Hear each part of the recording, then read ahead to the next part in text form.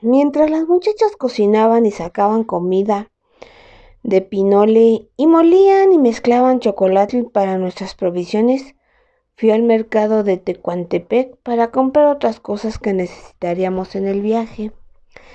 En la tienda del armero sopesé y balanceé varias armas. Finalmente seleccioné una macahuahuitl, una lanza corta que se acomodaba mejor a mi brazo. El armero dijo: ¿se está preparando el joven señor para enfrentarse a algún peligro? Y respondí: voy a la tierra de los Chontaltín. ¿Ha oído hablar de ellos? Ay, sí, esa gente horrible que vive en la costa. Chontaltín es por supuesto la palabra en náhuatl. Nosotros los llamamos los Sioux, pero quiere decir lo mismo, los desconocidos. Actualmente todos son Guave, una de las tribus de los 9 más bestiales y escuálidas. Quizás sepa que los Guave no tienen realmente tierra propia. Nosotros los toleramos viviendo en pequeños grupos aquí y allá, en tierras que no nos son aptas.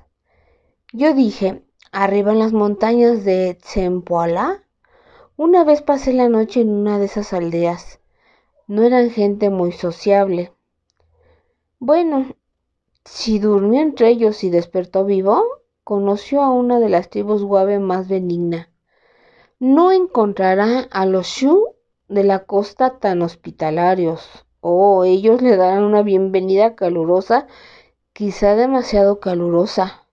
A ellos les gusta asar y comerse a los visitantes para cambiar un poco su monotonía de la dieta que comen de pescado.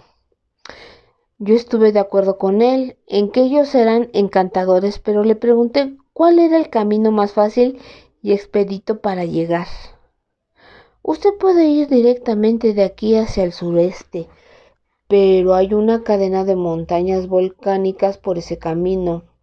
Le sugiero que siga el río que corre hacia el sur hasta el océano, luego a lo largo de las playas, o hacia nuestro puerto pesquero de Nosive, donde podrá encontrar a un barquero que lo llevará todavía más rápido por el mar. Y eso fue lo que Sinyaya y yo hicimos. Si hubiera estado viajando solo, no me hubiera puesto a pensar en escoger una ruta tan fácil, pero quería ahorrarle a la muchacha la mayor cantidad posible de rigores e incomodidades. Sin embargo, después descubrí que ella era una buena compañera, dura para viajar. Nunca se quejó del mal tiempo, o de acampar al aire libre, o si comía comida fría o ninguna, o si estaba rodeada por la selva o por animales salvajes. Pero ese fue un viaje pausado y cómodo. Fue un solo día de camino, un paseo agradable, a través de las llanuras paralelas al río hasta el puerto de Nosive. Ese nombre no solo significa salinas, y el puerto consistía en unos cuantos postes con techos de hojas de palma en donde los pescadores podían sentarse a la sombra. La playa estaba llena de redes tendidas para secarse y para remendarse. Había un gran movimiento de canoas hechas de troncos huecos, yendo y viniendo a través de las rompientes y arrastradas en la arena por los hombres. Encontré un pescador que estuvo algo reacio en admitir que en algunas ocasiones había visitado a los Sioux al otro lado de la costa, que algunas veces había completado su pesca comprándoles algunos pescados y que hablaba un poco de su lengua. Pero de mala gana me permiten que les hable, y luego me previno: un forastero que se aproxime a ellos va hacia su propia muerte. Tuve que subir mi oferta de pago hasta que un precio exorbitante para que estuviera de acuerdo en llevarnos, de ida y de vuelta, en su bote a lo largo de la costa de esa nación y servirme como intérprete allí, si es que me daban la oportunidad de decir algo. Mientras tanto, Sinyaya Había encontrado un refugio de palma desocupado y extendido sobre la arena suave, las cobijas que habíamos traído de la hostería, así es que aquella noche dormimos castamente retirados el uno del otro. Nos pusimos en camino al amanecer. El bote estaba cerca de la playa, exactamente en la línea en donde el agua rompía, y el botero remó en un silencio moroso, mientras Sinjayá y yo parloteábamos alegremente, haciéndonos notar el uno al otro los maravillosos paisajes tierra adentro, que parecían enjollados. La extensión de la playa se veía como un polvo de plata prodigiosamente esparcido entre la turquesa del mar y la esmeralda de las palmeras, de las que prorrumpían frecuentemente bandadas de aves color rubí y pájaros dorados. Sin embargo, conforme nos íbamos alejando hacia el oeste, la arena blanca gradualmente se fue oscureciendo hasta llegar a ser gris y luego negra. De las verdes palmeras se levantaba una hilera de volcanes. De repente algunos de ellos echaban humo. Las erupciones violentas y algunos de ellos echaban humo. Las erupciones violentas y los temblores de tierra, me dijo Sinjayá, ocurrían con mucha frecuencia en esa costa. A la mitad de la tarde, nuestro botero rompió su silencio. Ahí está la aldea Xiu, a la que voy a llamar. Con sus remos hizo girar nuestro bote hacia un montón de chozas que estaban en una playa negra. ¡No!, exclamó Sinjayá, y de repente y con excitación. Tú me dijiste, Sa, que podría recordar algunas otras cosas que mi padre dijo. Y así es. Él mencionó la montaña que camina en el agua. ¿Qué? Y ella apuntó enfrente de la proa del bote. Más allá de la aldea Shu, las arenas se terminaban abruptamente en un formidable peñasco, como una montaña que se hubiera salido de la hilera de volcanes que estaban tierra adentro. Se levantaba como una muralla a lo largo de la playa y se extendía mar adentro. Aún a la considerable distancia en que estábamos, podía ver con mi cristal de topacio los chorros de agua emplumada que se estrellaban muy alto contra la falda del gigantesco peñasco. «¿Ve qué rocas tan grandes forman esa montaña?», dijo Sinjayá. «Ese es el lugar en donde se encuentra el colorante púrpura. Ahí es donde debemos ir». Yo le aclaré: «Ahí es donde yo debo ir, muchacha». «No», dijo el barquero negando con su cabeza. «La aldea ya es bastante peligrosa. Tomé mi maquiahuitl y la sostuve de tal manera que él la pudiera ver, y acaricié su orilla inicua de obsidiana negra y dije: usted dejará a la muchacha aquí en la playa. Dirá a los nativos que no la molesten, que regresaremos por ella al oscurecer. Luego usted y yo iremos a la montaña que camina en el agua». Él gruñó y predijo cosas espantosas, pero movió su bote hacia la playa. Supongo que todos los hombres Sioux debían estar pescando, porque solo unas cuantas mujeres salieron de las chozas cuando nosotros desembarcamos. Eran unas criaturas sucias, con los pechos desnudos, descalzas y vestidas con faldas harapientas. Oyeron impasibles todo lo que se les dijo al barquero y miraban de fea manera a la muchacha bonita que se quedaba desamparada entre ellas, pero no hicieron ningún movimiento siniestro mientras estuvimos al alcance de la vista. No me sentía muy feliz de dejar a Sinjayá allí, pero eso era preferible llevarla a un peligro mayor. Cuando el botero y yo estuvimos otra vez fuera de la playa, hasta un hombre acostumbrado a vivir en la tierra como yo podía ver que era casi imposible aproximarse al declive de la montaña. Sus peñascos irregulares, muchos de ellos tan grandes como un palacio de Tenochtitlán, se extendía alrededor como un obstáculo insalvable. El océano rompía sobre esas rocas de riscos y torres, dejando caer toda su fuerza en columnas de agua blanca. Estas se levantaban increíblemente altas, como se suspenderían en un momento y luego se dejarían caer con fuerza con un rugido estruendoso, como si todos los rayos de Tlaloc tronaran al mismo tiempo y después se deslizaran otra vez adentro, haciendo remolinos que engullían y succionaban tan poderosamente que incluso algunos de aquellos peñascos del tamaño de una casa se estremecían a simple vista. La agitación del mar era tan fuerte que el barquero tuvo que utilizar toda su destreza para que pudiéramos desembarcar sin zozobrar en una playa al este de la montaña.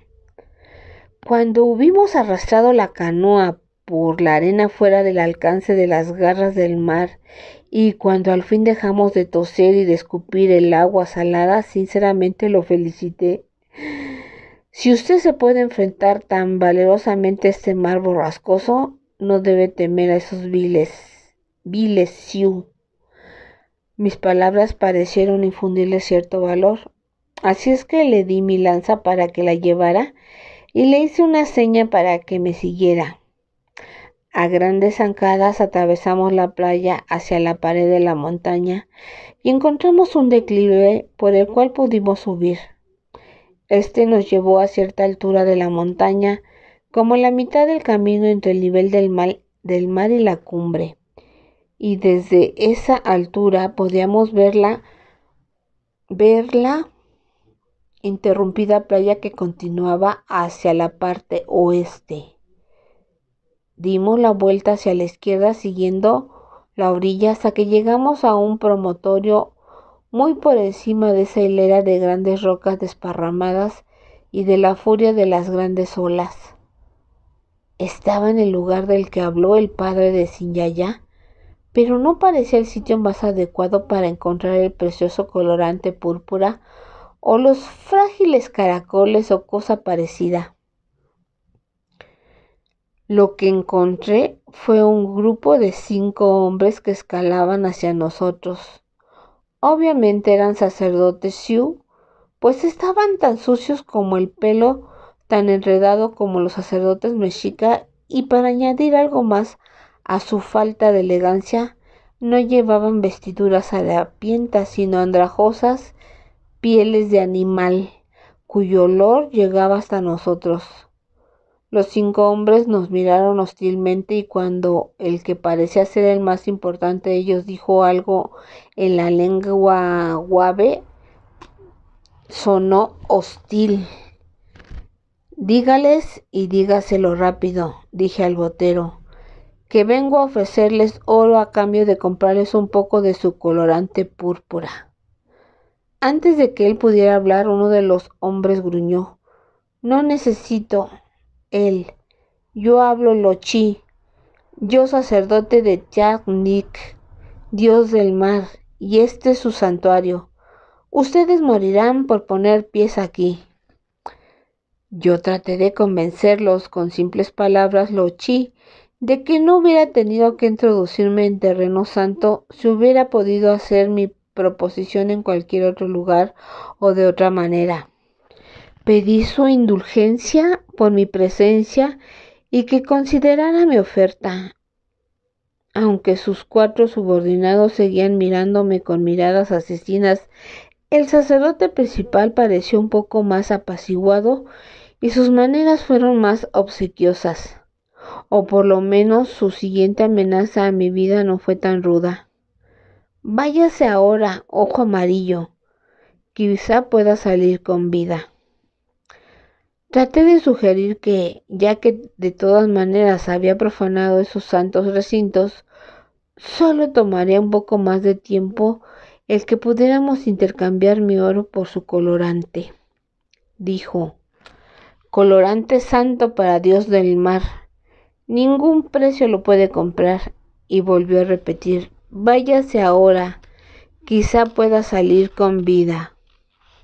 Muy bien, pero antes de que me vaya, ¿puede usted satisfacer mi curiosidad? ¿qué tienen que ver los caracoles con el colorante púrpura? Chachi, él hizo eco de la palabra lochi de caracoles sin comprender y se volvió hacia el barquero para que tradujera, quien estaba perceptiblemente temblando de miedo. Ah, el Nick Diok, dijo el sacerdote comprendiendo. Vaciló por un momento, pero se volvió y me hizo señas para que lo siguiera. El botero y los otros 4 hombres se quedaron allí en lo alto, mientras el sacerdote principal y yo descendimos hacia el mar. Fue un largo camino. Las paredes resonaban.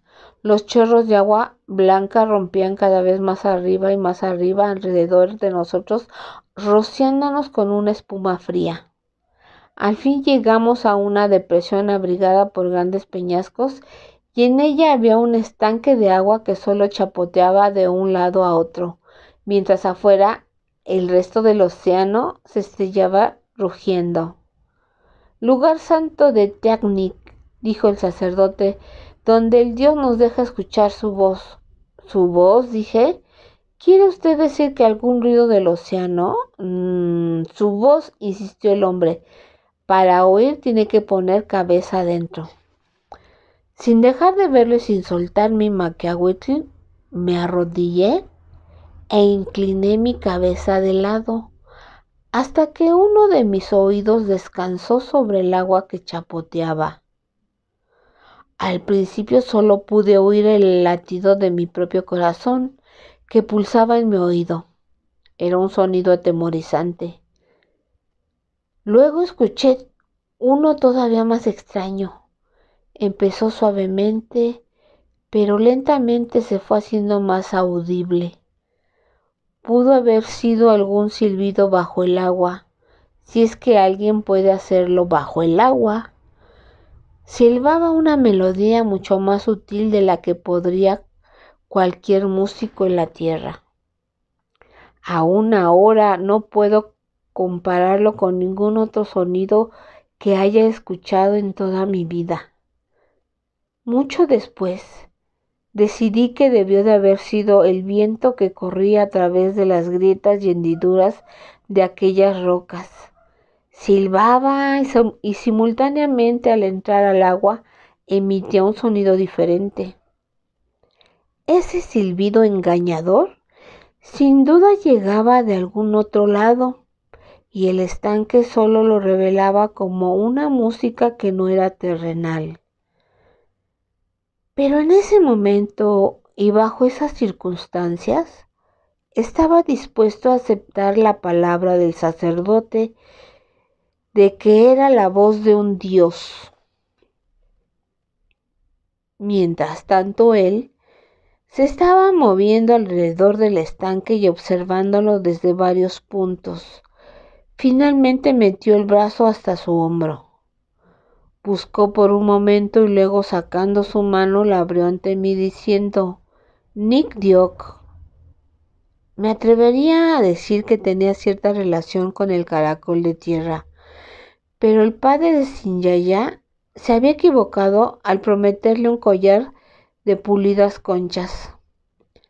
Aquella criatura era una babosa viscosa de largo de mi dedo. El liso caracol no tenía ninguna concha en su espalda y no se distinguía en nada que yo pudiera ver. El sacerdote inclinó su cabeza cerca de la babosa que tenía en su mano y la apretó fuertemente. Evidentemente eso molestó a la criatura porque orinó y defecó en su mano. Era una pequeña sustancia amarillo pálido. El sacerdote con cuidado volvió a dejar al animal en una roca dentro del agua. Luego sostuvo la palma de su mano ante mí para que observara, y yo me retiré un poco por el olor de pescado podrido que despedía aquella sustancia.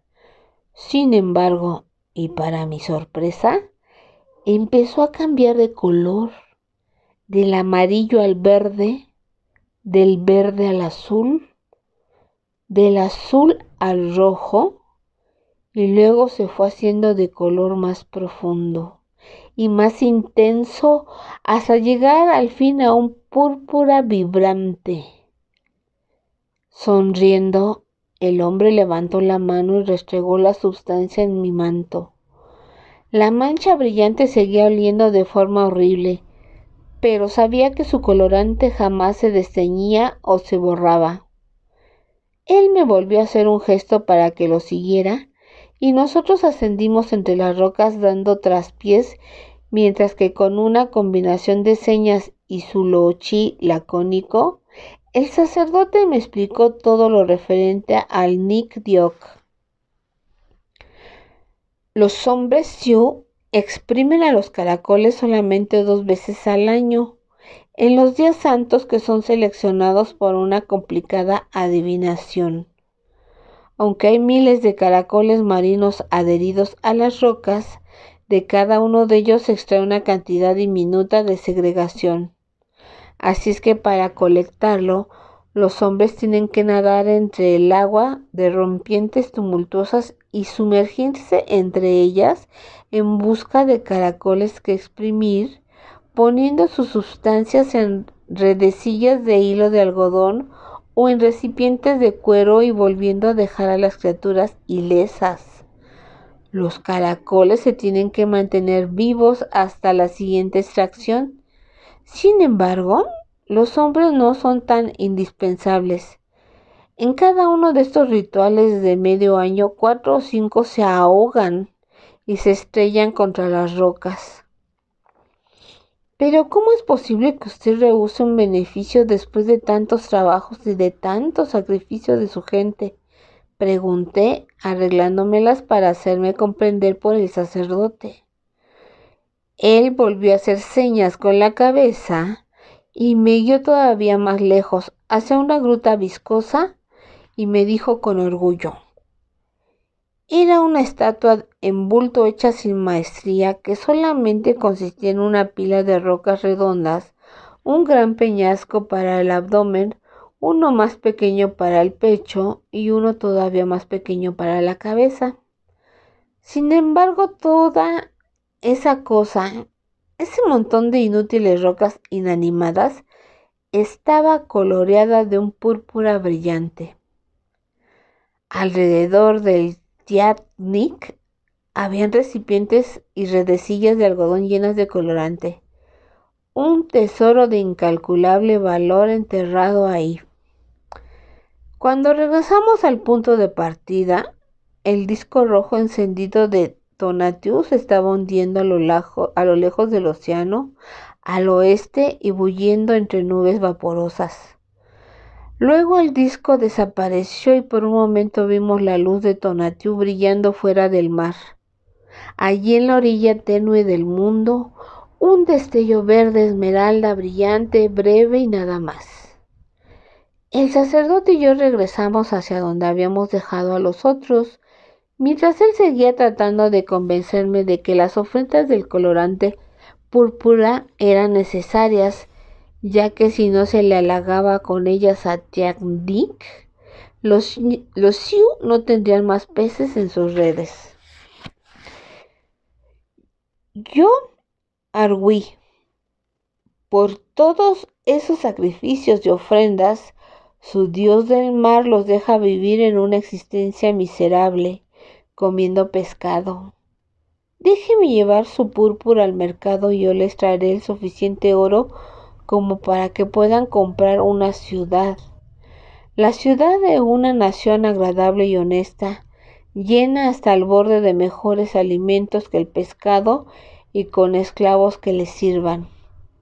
Él continuó obstinadamente: el dios nunca lo permitiría. El púrpura no se puede vender. Después de un momento añadió: algunas veces nosotros no comemos pescado, ojo amarillo. Él sonrió y señaló a los 4 sacerdotes que estaban alrededor de un fuego. Estaban asando 2 muslos humanos acabados de cortar, utilizando mi lanza para eso. No había ninguna señal del resto del barquero. Tratando de no aparentar en mi rostro el temblor que sentía, Tomé de mi maxtatla el bultito de polvo de oro y lo tiré al suelo entre el sacerdote y yo. Ábralo con cuidado, dije, no sea que se lo lleve el viento. Mientras él se arrodillaba y empezaba a desdoblar la tela, yo continué. Si yo pudiera llenar mi canoa de púrpura, regresaría con el bote casi lleno de oro. Pero le ofrezco esa cantidad de oro solo por la cantidad de recipientes que yo pueda cargar con mis brazos. Para entonces ya había abierto la tela. El montón de polvo brillaba a la luz del ocaso. Los otros 4 sacerdotes se acercaron a echar una mirada sobre su figura encogida. Él dejó parte del polvo correr entre sus dedos, luego sosteniendo la tela con sus 2 manos, la sopesó con suavidad para juzgar su peso. Sin mirarme me dijo, ¿usted da todo ese oro por el púrpura? ¿Cuánto da por la muchacha? ¿Qué muchacha? Pregunté y el corazón me dio un brinco. La que está detrás de usted. Yo lancé una mirada rápida hacia atrás. Sinjaya estaba exactamente detrás de mí. Se veía infeliz. Y un poco más atrás de ella había 6 o 7 hombres de los Sioux, quienes veían con ansiedad a ella y a mí y al ojo de oro. El sacerdote todavía estaba arrodillado sopesando el oro cuando yo me volví otra vez y dejé caer mi maquiahuitl. La tela y sus manos cortadas cayeron en el suelo, aunque el sacerdote solamente se tambaleó azorado y estremecido por la sangre que manaba de sus muñecas. Los otros sacerdotes y sus pescadores saltaron hacia él. No sé si fue para agarrar el oro que se escapaba o para ayudar a su jefe mutilado. Pero exactamente en el mismo instante giré rápidamente haciendo a Sinjaya por la mano y a galopazos y patadas me abrí paso entre el círculo cerrado de hombres y tiré de ella, encabezando una carrera a todo lo largo del risco y bajando hacia el lado oeste. En breve estuvimos fuera de la vista de los aporreados Sioux, y no me desvié abruptamente para escabullirme entre algunos peñascos que estaban más altos sobre nuestras cabezas. Los Sioux nos darían caza y naturalmente esperaban que saliéramos disparados hacia nuestra canoa en la playa. Sin embargo, aunque hubiéramos podido alcanzar y hacernos al mar, yo no tenía ninguna experiencia en el arte de remar y conocer el mar. Los perseguidores probablemente nos hubieran cogido con solo vedear adelante de nosotros. Algunos de ellos pasaron corriendo y gritando en aquellos momentos cerca de nuestro escondite improvisado, corriendo con dirección a la playa como yo lo había esperado. Ahora vamos colina arriba, dije a Sinjaya, y no perdió aliento en preguntar el por qué, sino que subió conmigo. La mayor parte de aquel promontorio era roca desnuda y nosotros teníamos que escalar con mucho cuidado a través de las hendiduras y grietas para no ser visibles a los de abajo. Más arriba crecían en la montaña árboles y arbustos en los que nos hubiéramos podido esconder con más facilidad, pero aquella parte estaba todavía a un largo trecho de distancia, y también estaba preocupado acerca de los pájaros, pues con sus chillidos podían descubrir nuestra posición. Cada paso que dábamos parecía como si se levantaran en vuelo toda una bandada de gaviotas, pelícanos y cuervos marinos. Sin embargo, luego me di cuenta de que los pájaros estaban revoloteando no solo alrededor de nosotros, sino en todas partes de la montaña. También había aves de tierra, papagayos, palomas, mirlos, volando alrededor de la aventura y graznando y chillando con aparente agitación. No solamente las aves, animales usualmente tímidos y nocturnos, oían singularmente. Armadillos, iguanas, ardillas, víboras y hasta un ocelote pasó brincando sin mirarnos, y todos los animales como nosotros se movían montaña arriba. Entonces, a pesar de que todavía faltaba un buen rato para que estuviera completamente oscuro, Oí el aguzado lamento del coyote desde algún lugar. Y adelante de nosotros, en las alturas, no muy lejos, una hilera sinuosa de murciélagos salió como escupida de una grieta, y entonces hube lo que se aproximaba, una de las convulsiones tan comunes de aquella costa. ¡Rápido!, urgía la muchacha. ¡Allá arriba, donde salen los murciélagos! Debe de haber una caverna. Entremos ahí. La alcanzamos exactamente cuando los últimos murciélagos salían. Era un túnel en la roca, lo suficientemente ancho como para que nos acurrucáramos en él lado a lado. Qué tan profunda era nunca lo averigüé, pero de todas maneras debió de ser una caverna muy grande por la incontable multitud de murciélagos que salieron de ella, y porque mientras yacíamos en el túnel, hasta nosotros llegaba, más allá de su interior, el olor de guano acumulado. De repente todo quedó en silencio afuera de nuestra madriguera. Los pájaros debieron de haber volado muy lejos y los animales estarían ya sanos y salvos en la tierra. Aún se cayó el usual chillido continuo de las cigarras. El primer temblor fue corto, pero también sin ruido. Oía a Sin-Yaya susurrando asustada: «¡Siu!», y yo la abracé protectora y fuertemente contra mí.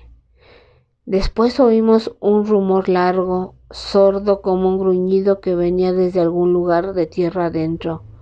Uno de los volcanes de aquella sierra estaba vomitando, si es que no era erupción, tan violentamente que hacía temblar toda la tierra tan lejos que llegaba hasta aquí.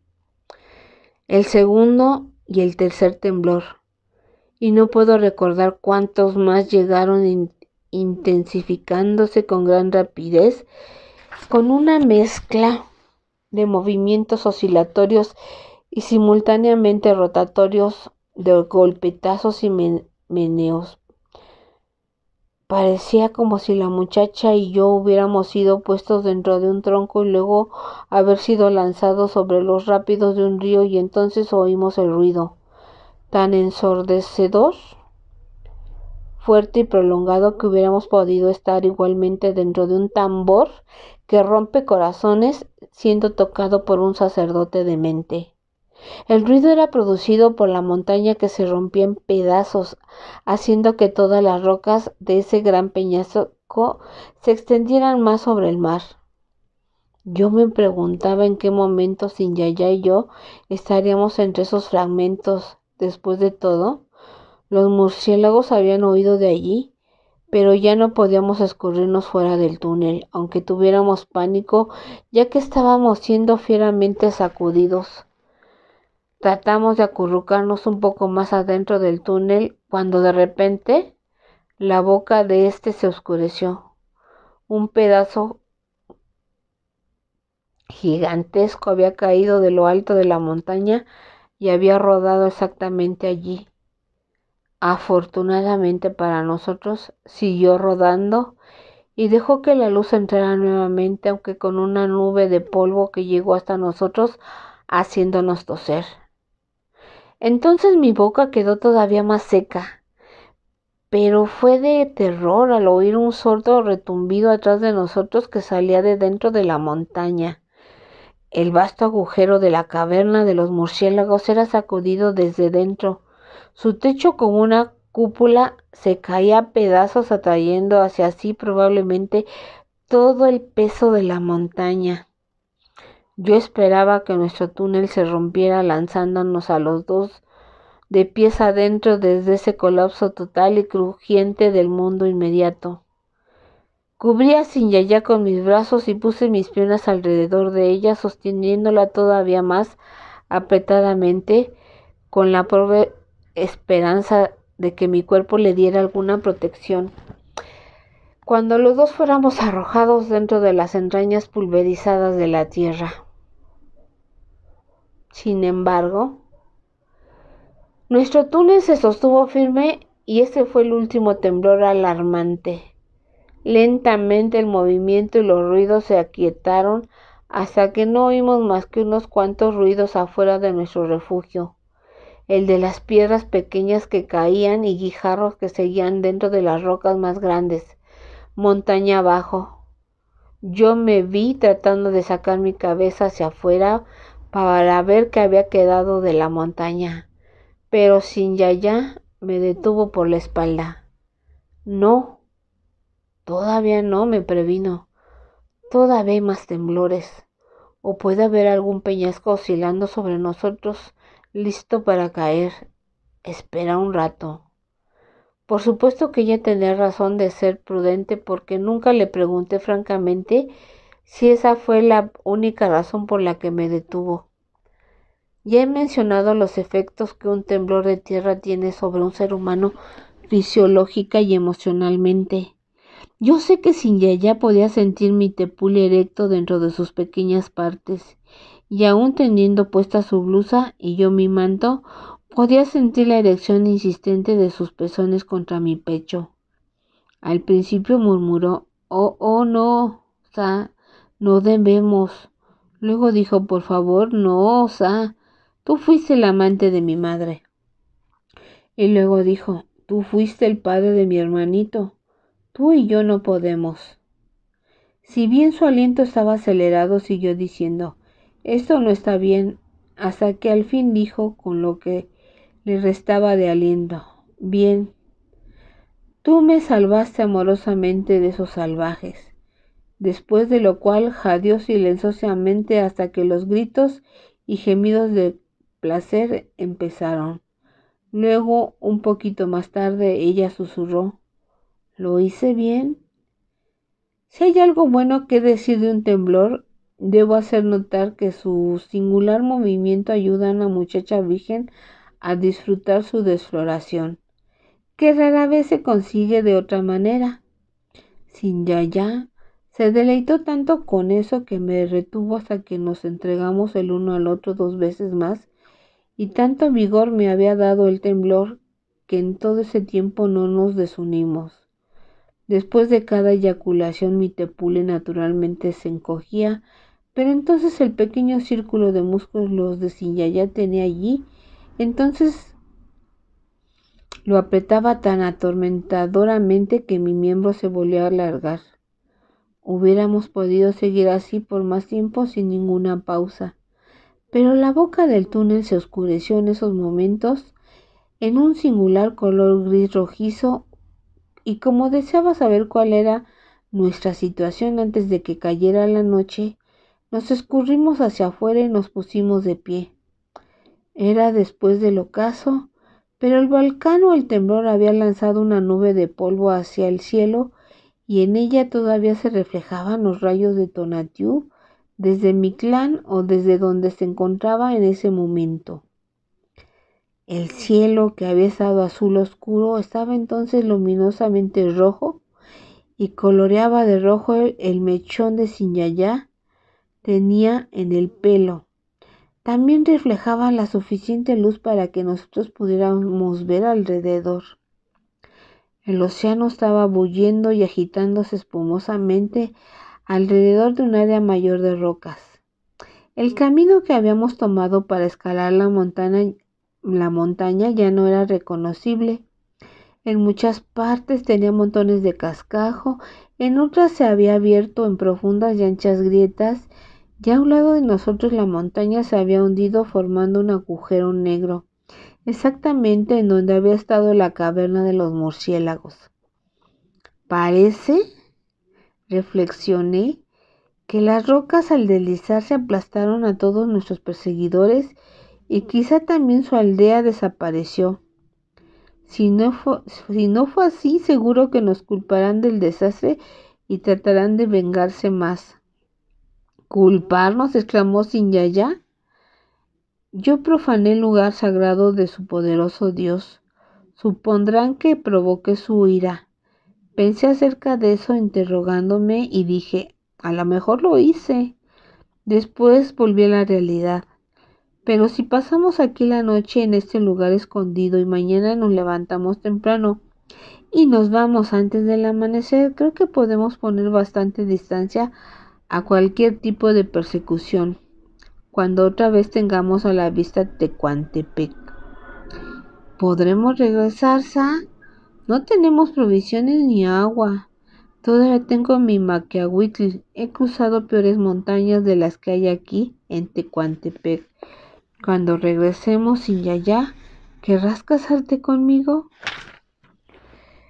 Se sorprendió de mi abrupta proposición, pero no exactamente por ese hecho. Ella dijo suavemente: yo supuse que ya había contestado antes de que tú me lo preguntaras. Quizás sea inmodesto de mi parte lo que voy a decir, pero no puedo culpar totalmente a los Sioux por lo que pasó. Dije sinceramente, le doy las gracias a los Sioux por haber hecho esto posible. Sin embargo, desde hace mucho tiempo te quiero sin Yaya. Está bien, entonces, dijo ella, y sonrió hermosamente haciendo un gesto con sus brazos como diciendo: está hecho.